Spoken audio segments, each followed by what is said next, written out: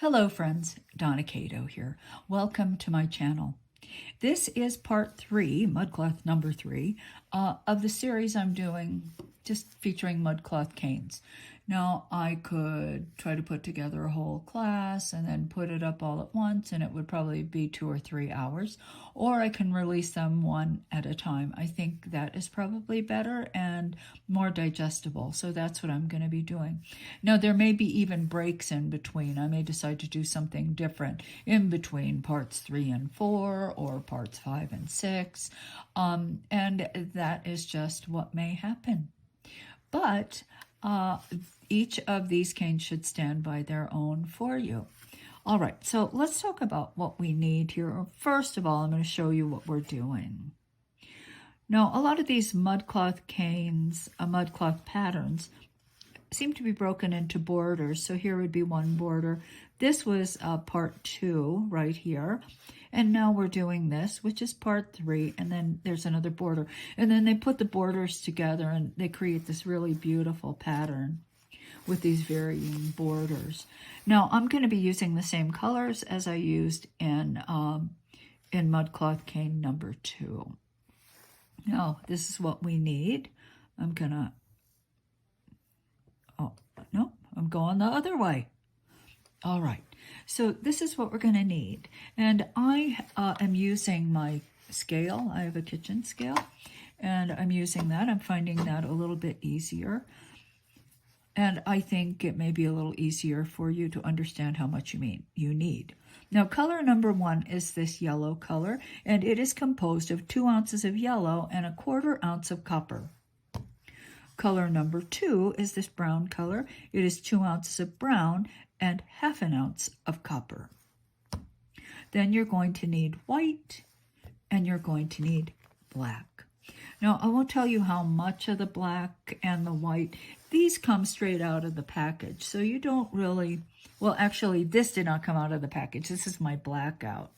So I just spent a few minutes and I made a bunch of it. But I always have plenty of it. But, you know, you can use package black as well. And then white, this definitely comes out of the package. So really, when you're caning, the big concern is not having enough of the colors that you are mixing, the unique colors that you mix. So you want to have enough of this, because even if I give you the particular formulas to make these, sometimes they're a little bit different. So just make sure you mix enough of whatever you need. All right, so let me blow this up and let's look at it. This particular pattern is composed of 2 separate motifs, this black and white one, and the one composed of our yellow and our brown. So what I'm going to be making today are 2 motifs together. Then they will be reduced and reassembled again. So how do we start? I've got that much of the yellow and the brown. Do I want to start with that and try to reproduce the black? Or do I want to start with this black motif and then make the second motif?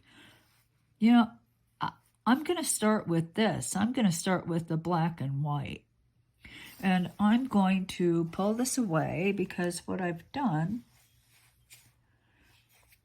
I actually put it in my photos. Now, why would this be better in photos? Because I can compare and mess around, and I won't be changing the size of this. This measures 2 3/4 of an inch by 1 1/4 inch. I love Procreate, but I can change the size of it and it will stay. I can pinch in and make an image smaller. I can, pinch out and make it bigger. So it's harder to maintain the same size to work against. And I'm going to be working against this picture. All right.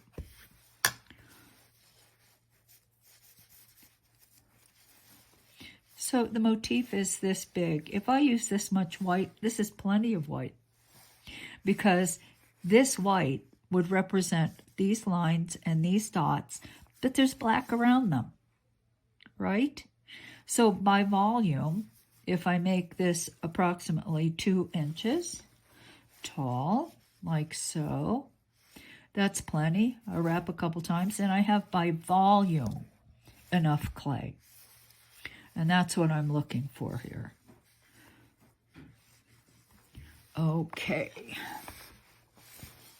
However, these 2 stripes are more white clay than these 4 dots. How much? I'm not really exactly sure, but I know they are. So what I'm going to do is cut this white in half. And half of this half will be used to make the 2 strips, and this half will be used to make the 4 dots. Okay, I'm going to reduce it out once again to about 2 inches, and I'm going to put several wraps of black around this.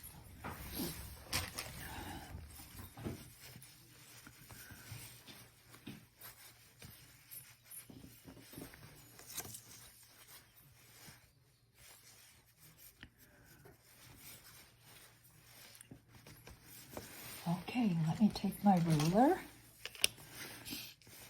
Try to make this about 2 inches, and that's about 2 inches. Try to keep my hands right here, or right here. That's comfortable. Now let's take the black. And as I said, I make a lot of black using my blackout clay because I know I'm going to need it. So why not? Okay, so I conditioned this black, and I always condition through setting number 3. So let me roll this. I'm going to roll it through a thicker setting.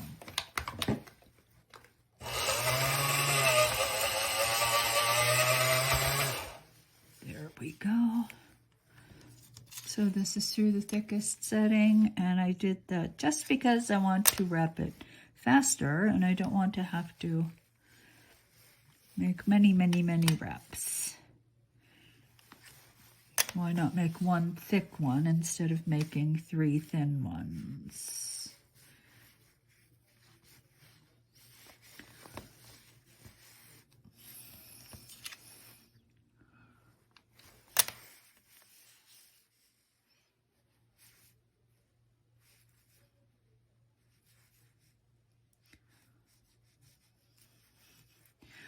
And this time I'm not going to texture the sheets. I could, but I think I won't, not this time.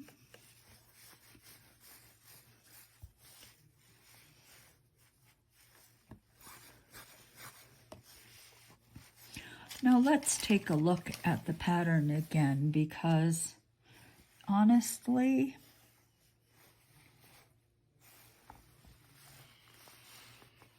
I could make these dots really tiny if I wanted to. I could make them really tiny by adding more black around, because that would create a larger black field around. But I don't think the black field is very big here. The black field appears to be a little narrower than the diameter of the white dot, if you look at the space in between. Now, at the most, I could add another thin layer of black around it, because I'm looking this, another layer of that, and it's out to here. Yeah, I have to put more, because what has to happen here is that this black clay is going to meet the black clay again next to it. And that means whatever this thickness is going to be twice the thickness, right? But you can see it's just about the same size as the dot. So the wrap around should be about half, should be the radius of the white. So I'm going to wrap it again. Sometimes it's hard for me to see exactly what's going on. What can I say? What can I say?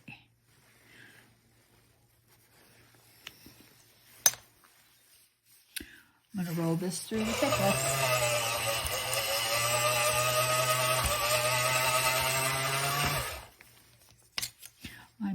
need a new pasta machine. I don't know how fast you guys go through your pasta machines, but I seem to go through them about, I would say they have a life of maybe a year and a half. I don't know what that sound is, that bang, but it's really annoying. I'm annoyed.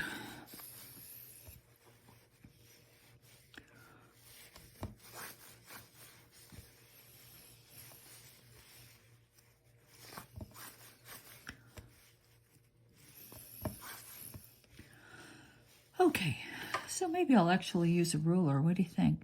So that is, let's see, 1/4 and one of those. Okay, so I think that's good. 2 times this is just a little smaller than the diameter. So I'm sticking with it. That's what I'm doing. Okay, now this has to be reduced. I have 4 dots. I'm going to reduce this out to about 9 inches. Well, I'm reducing it out to enough, long enough to cut this into 4 nice pieces that will go side by side. Okay.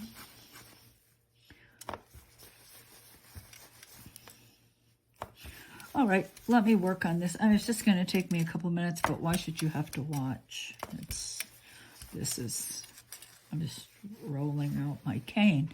Okay, so this is 10 inches. I am going to trim the end until I reach good dot.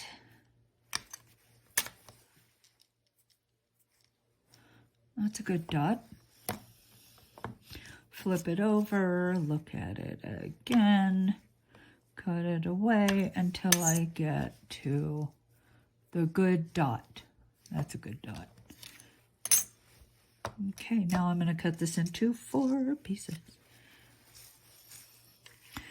It is at this point 9 1/2 inches.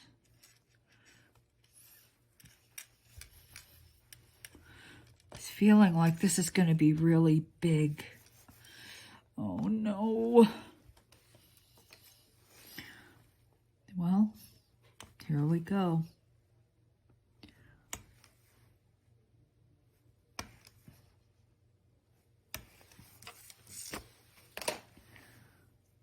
I have some leftover dot, that's fine. Leftover dot. So let's just put these side by side by side.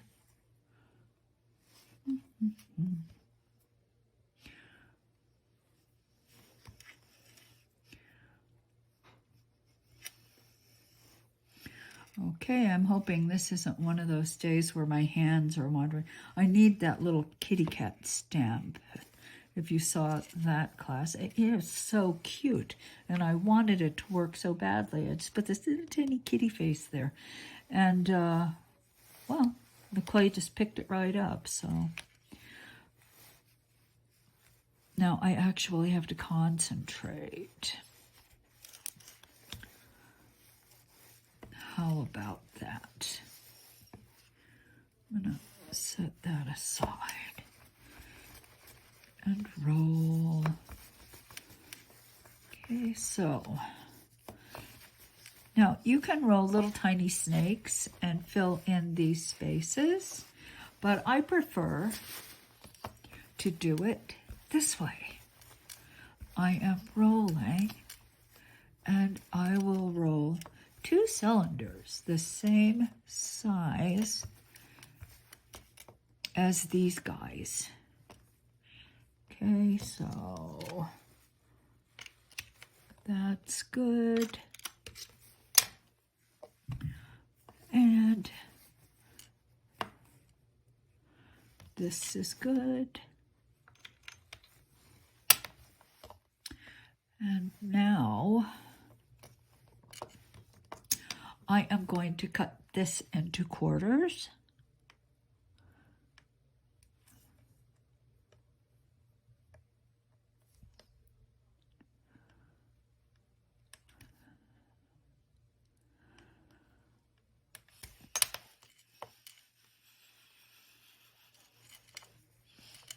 So I have these wedges, and now the wedges are pressed into the spaces like so. I have an extra wedge. Actually, that wedge, the extra wedge, could be cut in half, and half goes on this side, and half goes on the other, but I think, oh, I should just do it. Okay. So I'm turning it so that the point is up. Cut it in half, and then this guy goes on this corner. Let me look from above.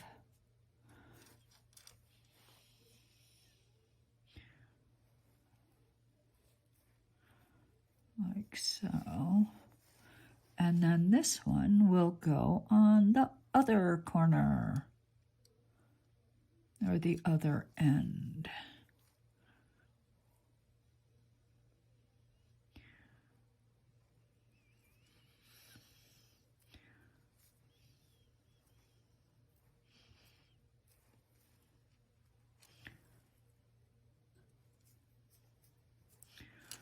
Okay, so that's what I have so far.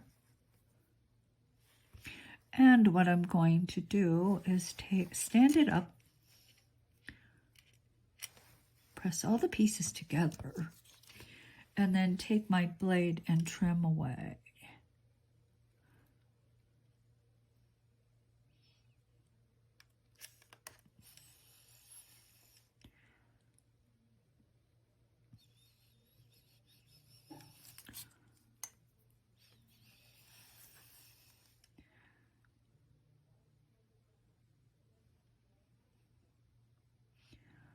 And of course, I have to repeat this process on this side of the cane.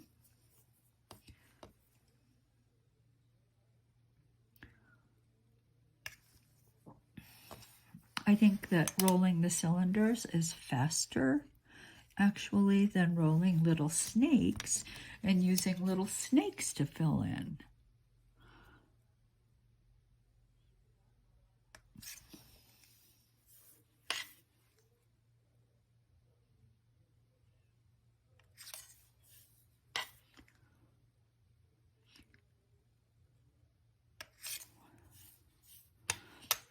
Okay, so here's one side, and it isn't completely trimmed, as you can see here. So I will work on it more, but let me fill in this side, and then I'll be back. So here is the cane of the 4 dots, and I've tacked, and I cut away the excess. So now it's time to make these 2 white stripes that will go on the top and the bottom.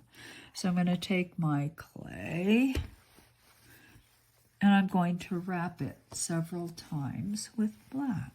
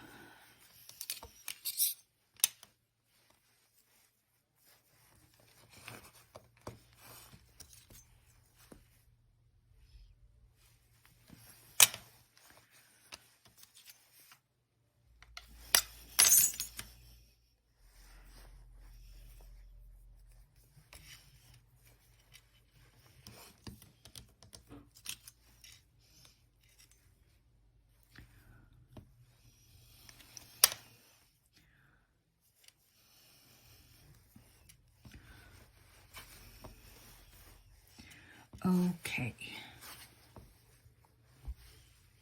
Now here's where reproducing these patterns gets a little tricky. Well, it gets very tricky because clearly I need more black on the top and the bottom. Let's go back to our pattern. Clearly I need more clay above and below. Above and below the dots. You see, there just isn't much clay there. Now I'm wrapping this, and whatever this thickness is, well, that contributes to the space, so it's going to fill some of it. And maybe I just work on these things in a kind of a goofy way, because it might be better, actually, to fill these spaces top and bottom in first, then lay a white sheet, then put more black around. But I'm sometimes stubborn about stuff. What I like about using a bullseye is I like the roundness here at the ends of these lines. And if I take a sheet and I just lay it on there and cut, then I've got this squared off line. Now, it might not seem like a big thing, but to me, it is kind of a big thing, and that's why I'm doing it this way. For you, if you just want the most specific and the best reproduction of this, then you'd probably just fill it with sheets, a couple of sheets, and then, a piece of white, a sheet of white clay, and then black, and you could build it that way. For me, I'm going to build it the other way, and I'll do my best, but I'm not sure it's going to be exactly this. Okay? It will be the pattern. I'm just not sure it will be an absolutely exact representation of this cane and the position of the elements. Okay, I'm setting this aside again. And I think I'm going to wrap one more time.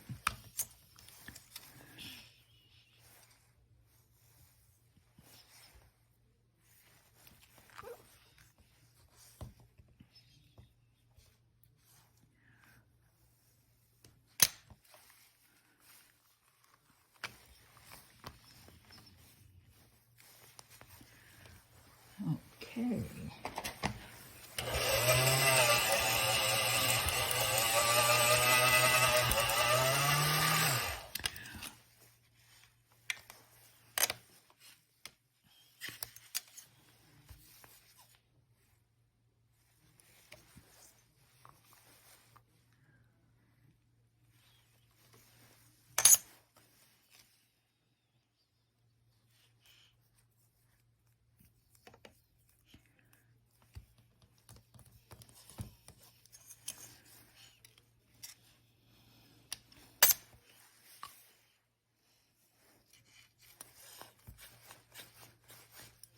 Now I will reduce this out.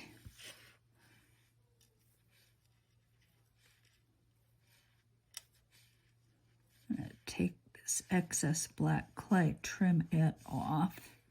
It's not really necessary to be right here.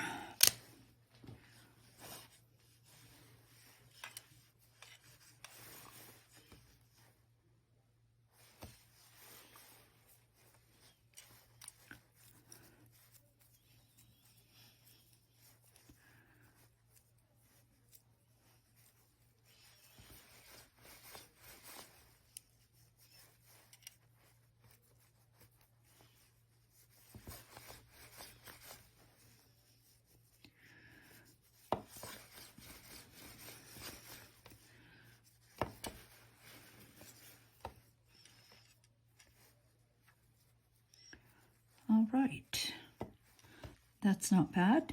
That's pretty darn good. So I'm going to flatten this. I'm going to take the boss. This was a gift.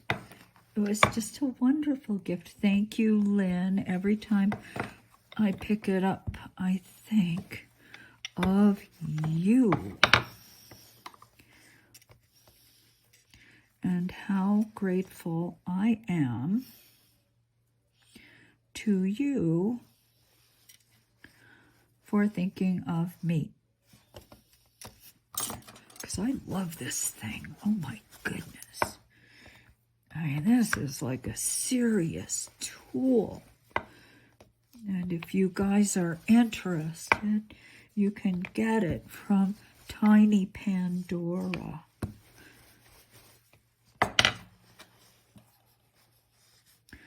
Teresa Salgado's company. And I'm telling you, I love this thing. All right, so what I'm doing now is I'm just trying to make it as wide here.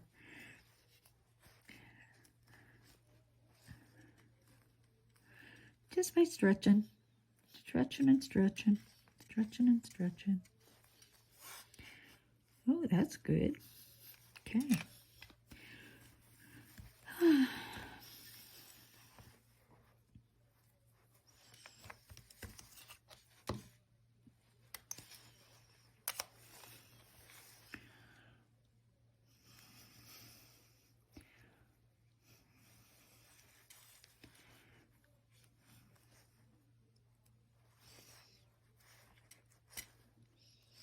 Okay, now that's where I am so far. And you know what? I think if I'm looking at the actual piece, there's more black, isn't there, between the dots and this piece here. So I have a choice. I can actually just lay a sheet in there and pull it out a bit, or I can leave the pattern tighter like this. I think I will add. So what I'm going to do now is take a sheet of clay rolled through setting number 1 and add it to one side and add it to the other, and then I'll be back. All right, I added an extra sheet to both sides, and now you can see how this the white line that goes all the way across is pulled away from the dots, and I like that better. So let's take a look at this side. Now I'm stretching it out a bit because I want the end here to go beyond the dot just by a bit. Like so. So this part will be trimmed away right here. Let me do that now.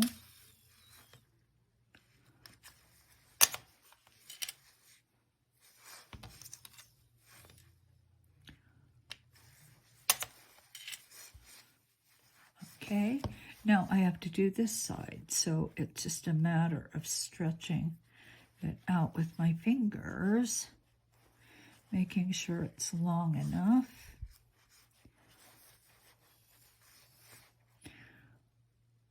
Putting it on one side, pulling it slightly so that the end extends a little beyond the dot.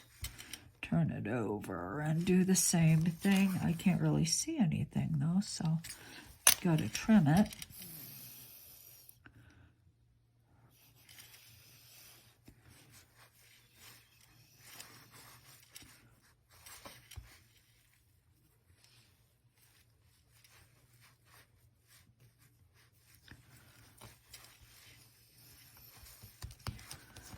All right.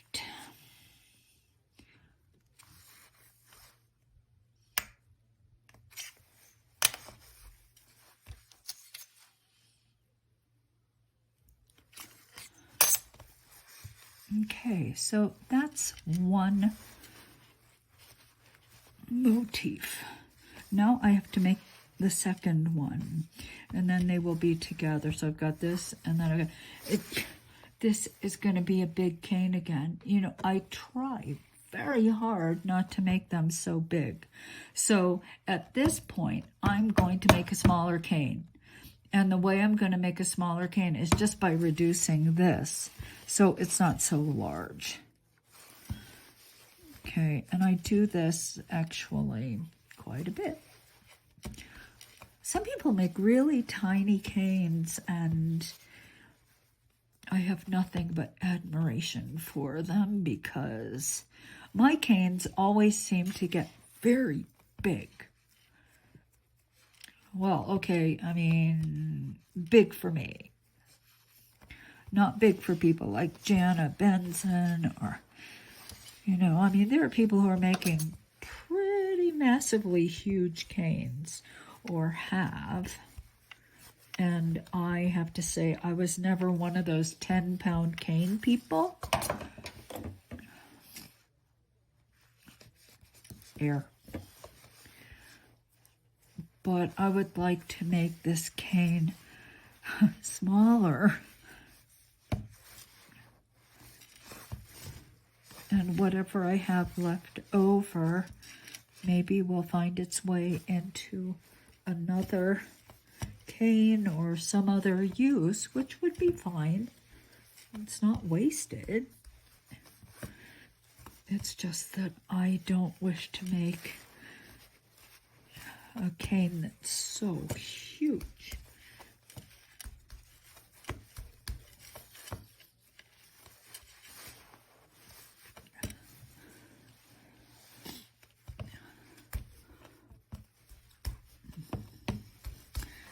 And I knew it was going to be big, so I just didn't want to continue and end up with something that was so big that it would be just physically hard for me to reduce.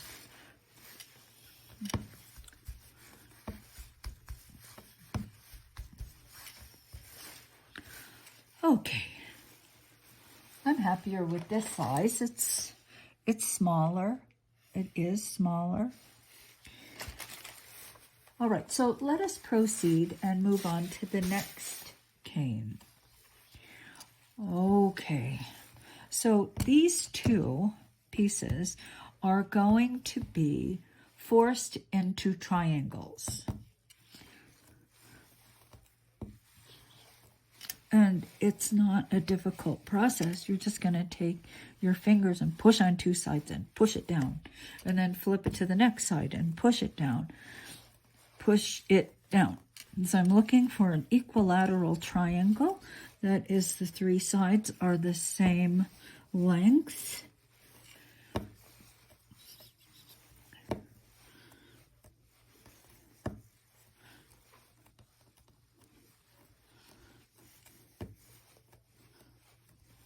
Okay, getting there. You take your fingers and pinch the top up.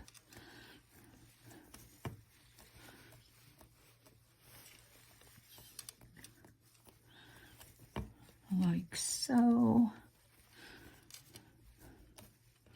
You can see I'm getting there. Now I have a little more work left to do on it. It doesn't have to be like absolutely perfect, but it could be more perfect than it is. All right, so I'm going to keep working on it, and you can see the one thing you don't want to do, really seriously listen to me, you don't want to push down in the middle area, like right in through here. Do not push that in, because you will end up with a triangle that has these sucked in sides like that, and it is so hard to get them out again. So just, if you make it a practice not to do that ever, you're going to be more successful in your formation of these triangles, and then even in the reduction of them. Just do not pinch those sides in, because once they suck in, you just can't get them out again. Okay, so there's one. I'm going to live with that one. Now I will do the second one. You don't have to watch me. You just saw me do that. I'll be back. So I'm back. I have my two equilateral triangles. There and there. Those two are equilateral triangles. The sides are the same length. But what I need on the sides is not an equilateral triangle, is it? It's called an isosceles triangle, and it has two sides that are the same length. So let's, I'm pretty much set. This is all I need to go right there. But that isosceles triangle, this guy has to be reshaped. It needs some reshaping. So that's what I'm going to do now. I find that the easiest way to make an isosceles triangle is first to indicate where the center line is from one corner of an equilateral triangle to the other, flip it over, repeat on the other side, like so. Then do the let's drop the line down thing like that. And that doesn't look like it's exactly right. And then, of course, we're going to do this. All right. Now I'm going to walk the blade down. Walk that blade down and cut it in half.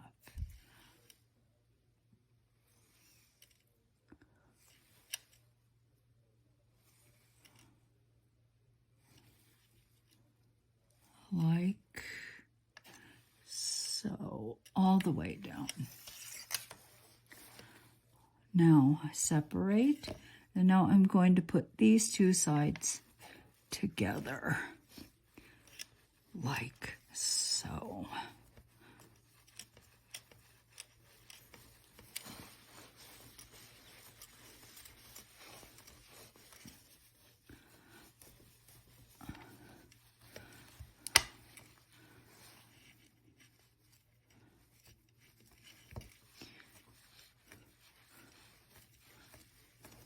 And the hardest part of this is actually joining the clay along the ridge.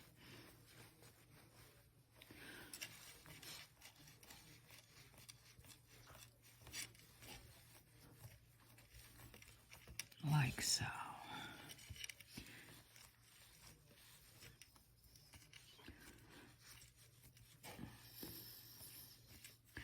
But I will get it done. Get it done. And of course, this one piece has to go on both sides. So it will have to be cut in half.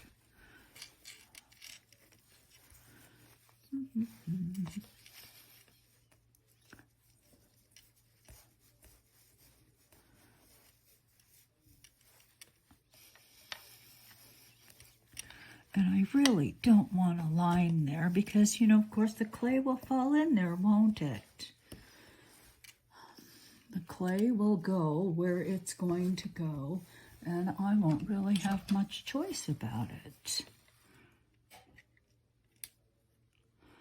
So I'm just going to take a tool and smooth all of that over.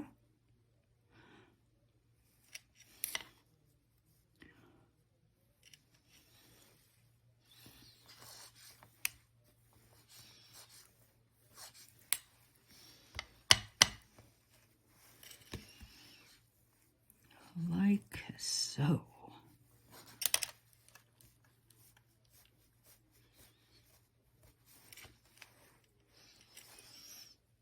Now let's reduce this out, to 4 inches.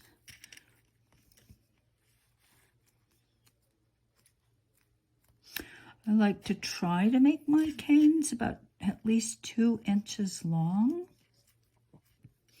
Of course, the length does depend on the size of the face of the cane.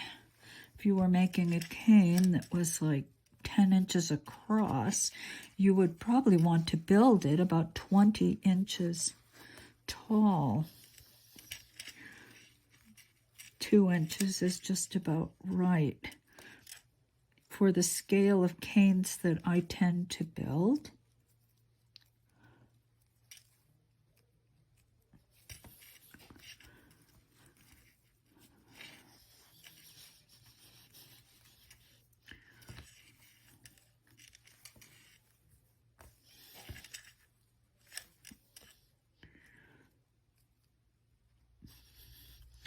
So it'll be approximately 4 inches.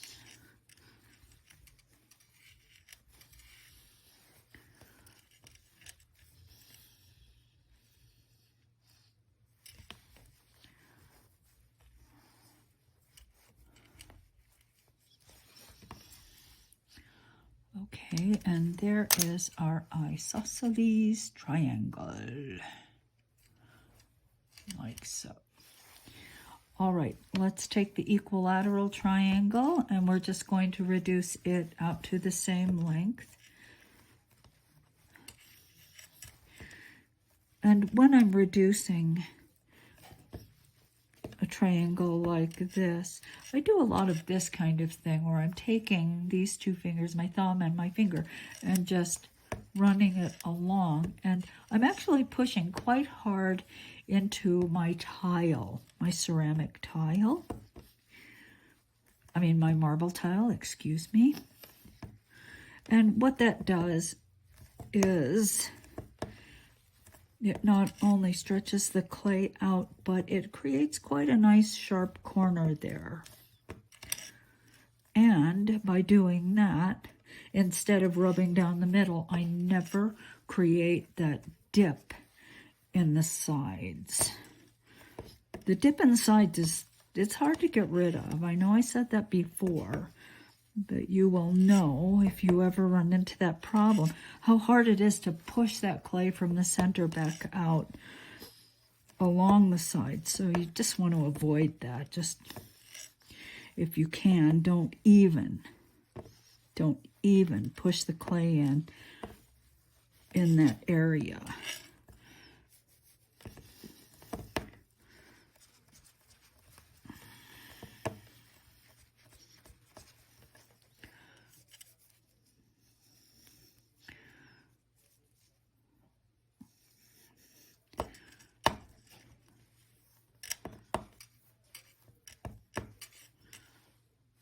Okay, so let me just cut the ends off. And there we have it. Okay, so there's our equilateral triangle and our isosceles triangle. Now I'm going to wrap them both in a sheet of black. And this clay has been rolled through setting number 2. I don't want a lot of black space in between them. Perhaps about that much between the pieces. So that appears to be about the thickest setting of my pasta machine. So what I'm going to do is roll this through setting number 3.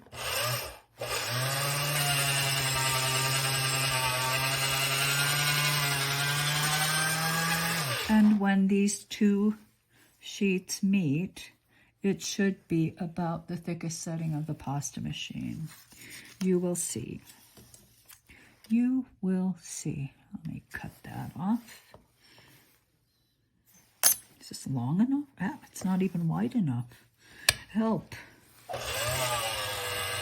Help, help, help. Let's see if this will work. Hopefully.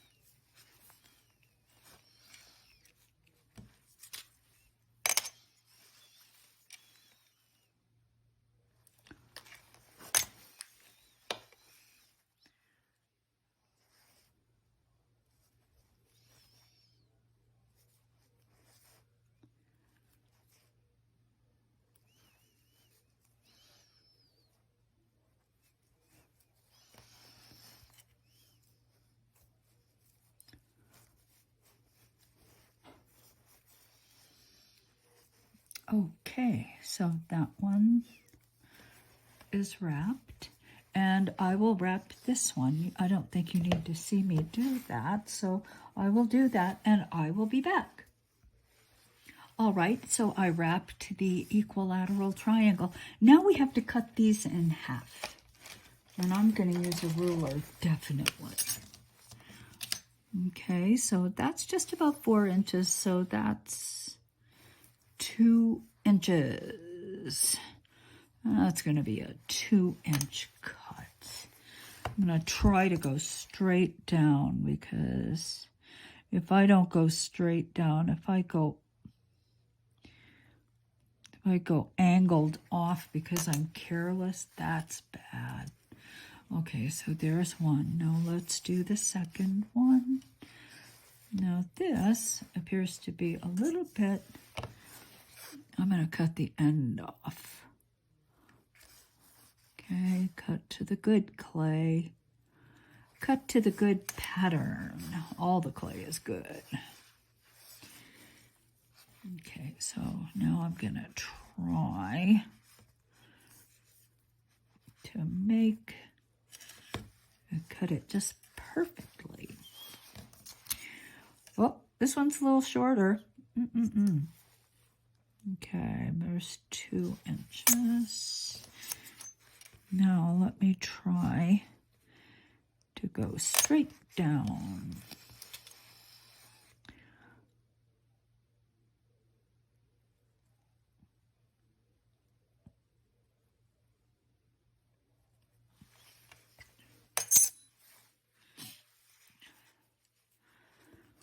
And it is a bit shorter.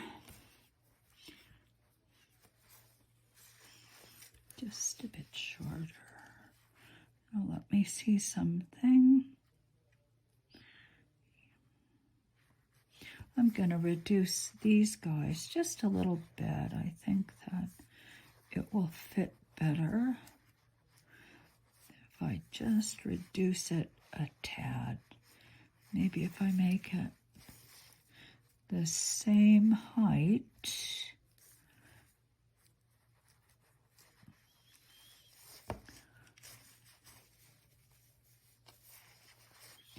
They will fit better.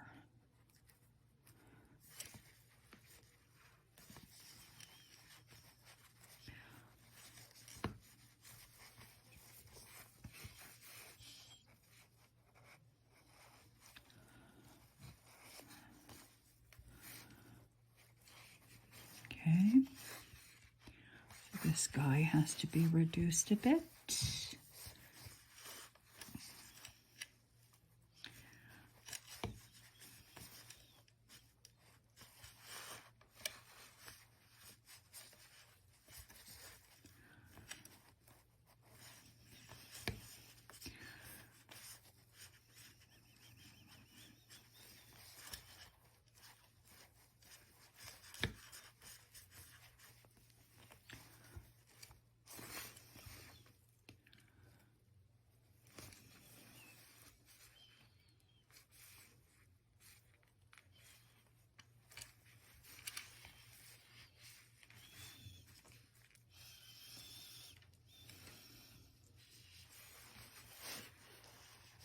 Actually, I would like this to meet in the center. Don't like that hole, and I think by making the points, really trying to make these points meet, I think I might have a better, I will definitely have a better fit, and I hope I will have a better pattern.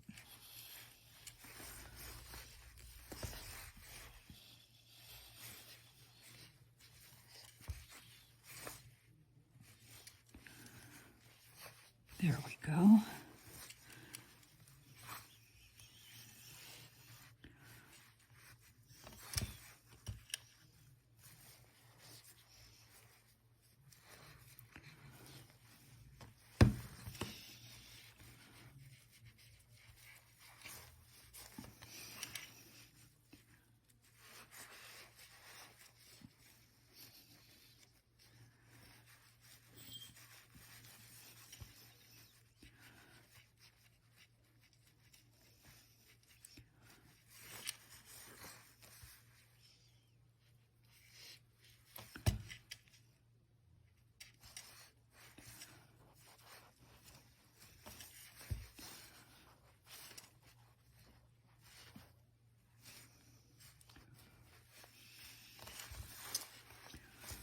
Okay, so this I can reduce a bit so that it's the same. You see, they aren't the same here. Let me move that.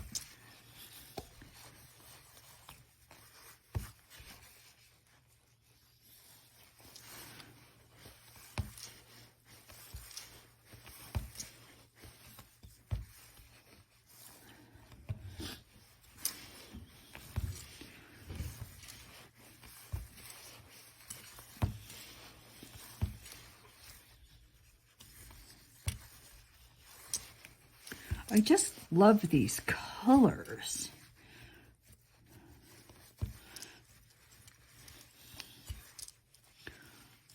I think people don't, my work is not really associated with these kind of earthy colors, but oh my goodness, I love them.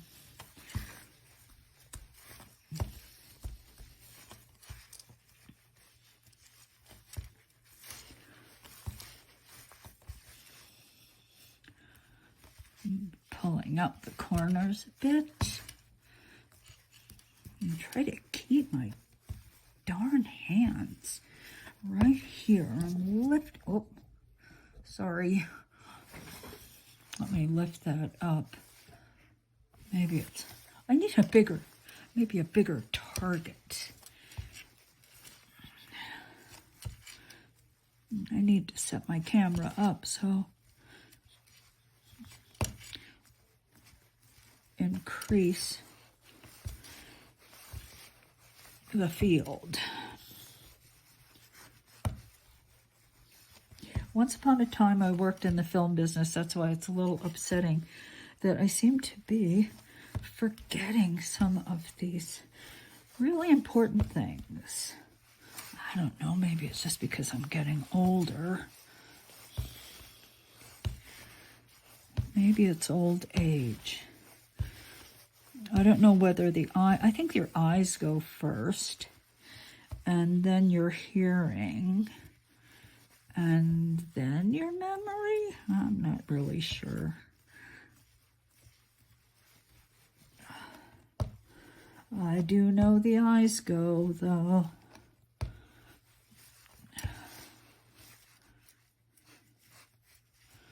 All right, let's see what we've got here. Holy moly. Holy moly. Okay, so I've reduced this down, and, you know, I could make it a little longer. See, it's just not exactly the same length. But what I do know, just by looking at the pattern, is that I need more black in here. I need a greater black space. I'm looking at my pattern. Yeah, it's not going to be exact, but I know that this, you see how much black is in that area? Well, you see how little black is in this one? So I'm going to put a couple sheets of black. My iPad picked up my blade. That's not very good. And then I'll be back. But I do know I need more black there. All right, so I added that sheet of black, a thick sheet of black here. And of course, what I do to this side, I have to do to this side. Because when this side of the cane meets this side, it's got to have that same space. So I could have put a sheet, this same sheet here instead of here, but I just decided to put it on top like that. Now, I'm going to have to reduce this cane. Ugh. But let me show you what I've got left. This much of color number 1. This much of color number 2.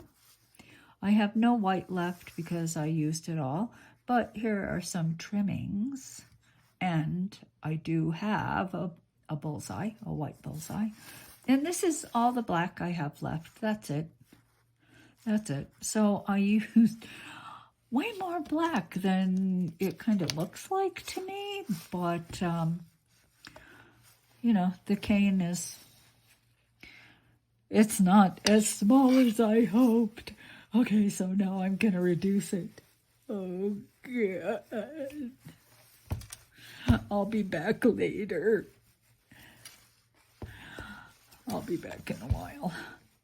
Okay, I'm working, but I did. See, it's this long now, but the end's pretty much sucked in like that.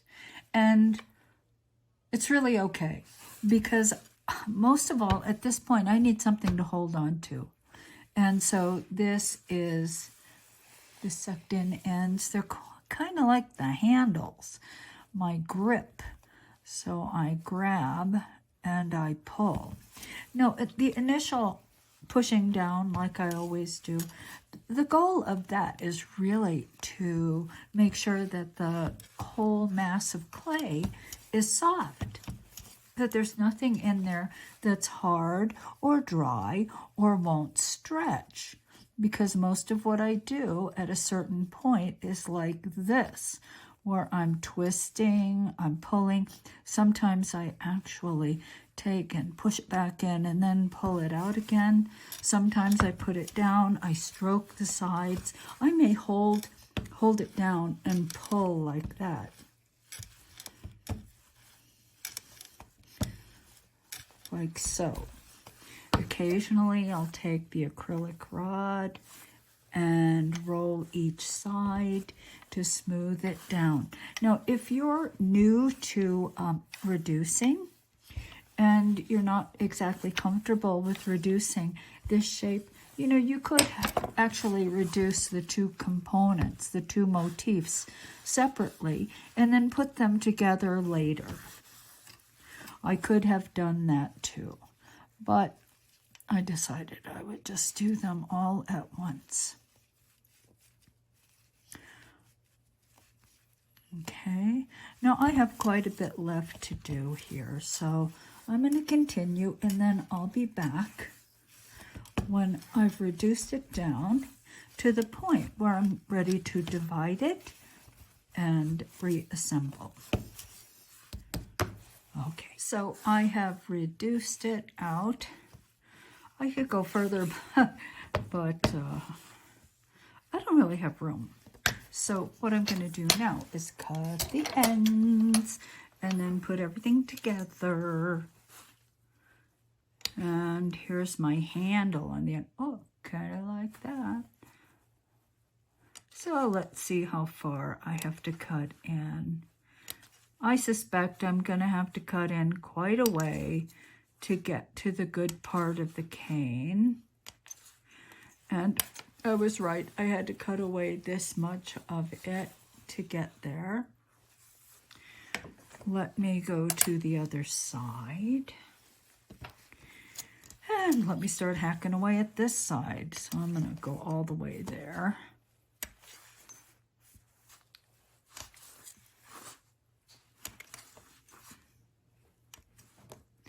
And I suppose I could have worked harder at reducing it evenly. But sometimes you get to the point where it's like, I just can't do this anymore. So I pulled it out until I felt I had handles on both ends, and then I could pull. And this, I'm not sure what this is going to be, but I would suggest to you that you can take your scrap clay ends and turn them into Starry Night canes. So I've done that, and what I will do is probably incorporate the Starry Night canes with the regular canes. Okay, so what I've got here is approximately 12 inches. So I'm going to cut this in half. And then I'll cut the halves in half.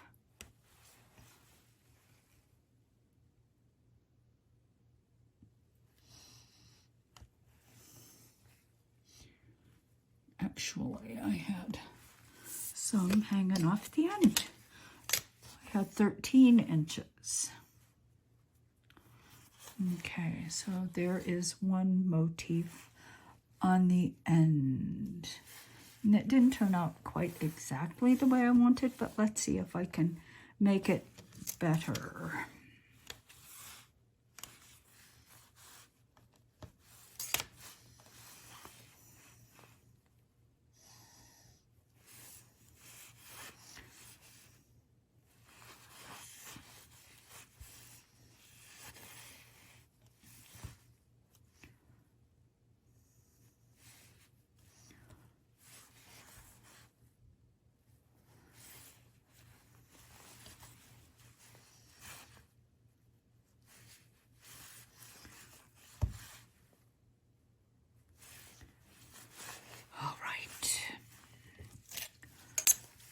So there we have it. Now it doesn't look exactly like it because, of course, the process of reducing it is sort of squares things off. So let me see if I can form a more rectangular pattern. In other words, stretch everything out just a bit. The way I'll start is just by rolling flat like this. I'm just making it thinner.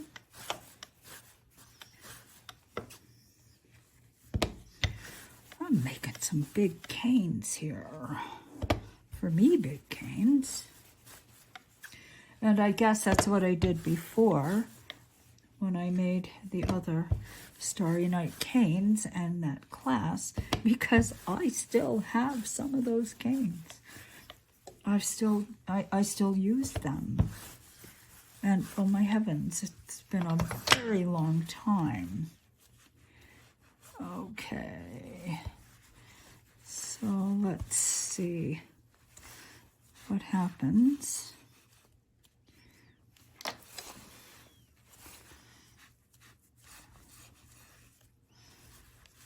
And I'm pushing this way because I do want this to be a smaller cane. Right now it's pretty big.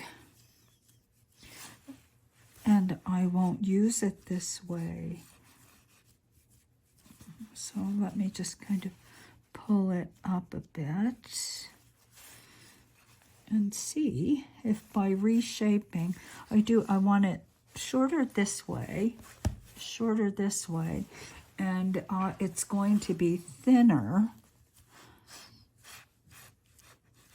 less square, more rectangular. And hopefully making it more rectangular will also alter the shape of the two motifs. So let me just pull it up.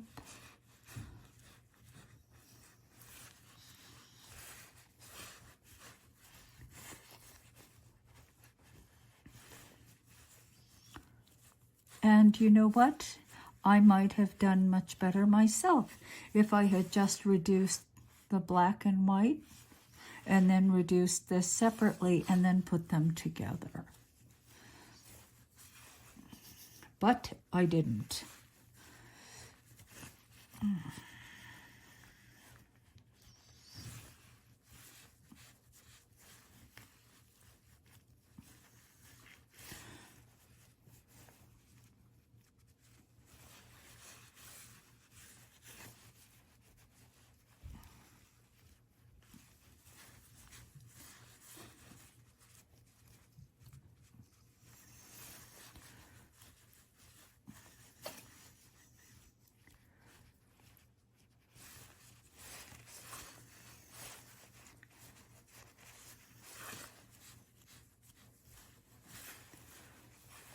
Okay.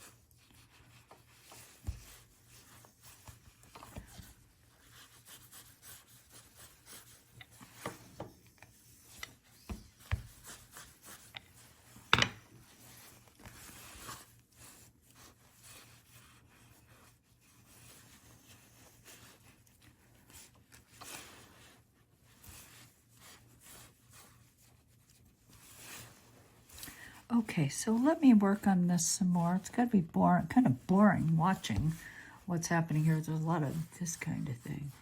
So let me work on it and make this smaller, and hopefully I will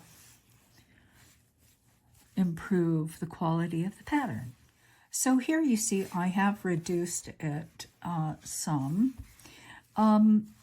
And as I thinned it out, you can see that I didn't make it very much narrower, because I realized part of the improvement to the quality of the pattern is in stretching it out and restoring that rectangular shape, because as I reduced it, I had really compressed it. Now, the one thing that bothers me, and I would do differently next time, is definitely I would reduce the white part separately. I would reduce the white part, and I would reduce the other part of the motif, and then put them together. Because see what happened? This line curved. Well, I can't really make that straight at this point. I'm just going to have to live with it. And it would have been much, much better had I just reduced them separately and put them back together later. So that is cane number 3. Mudcloth cane number 3.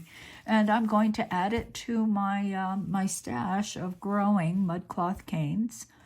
And I will be working on things to do with all of them.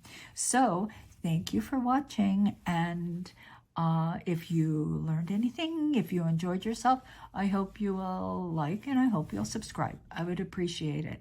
So until we meet again, I'm Donna Kato. Goodbye.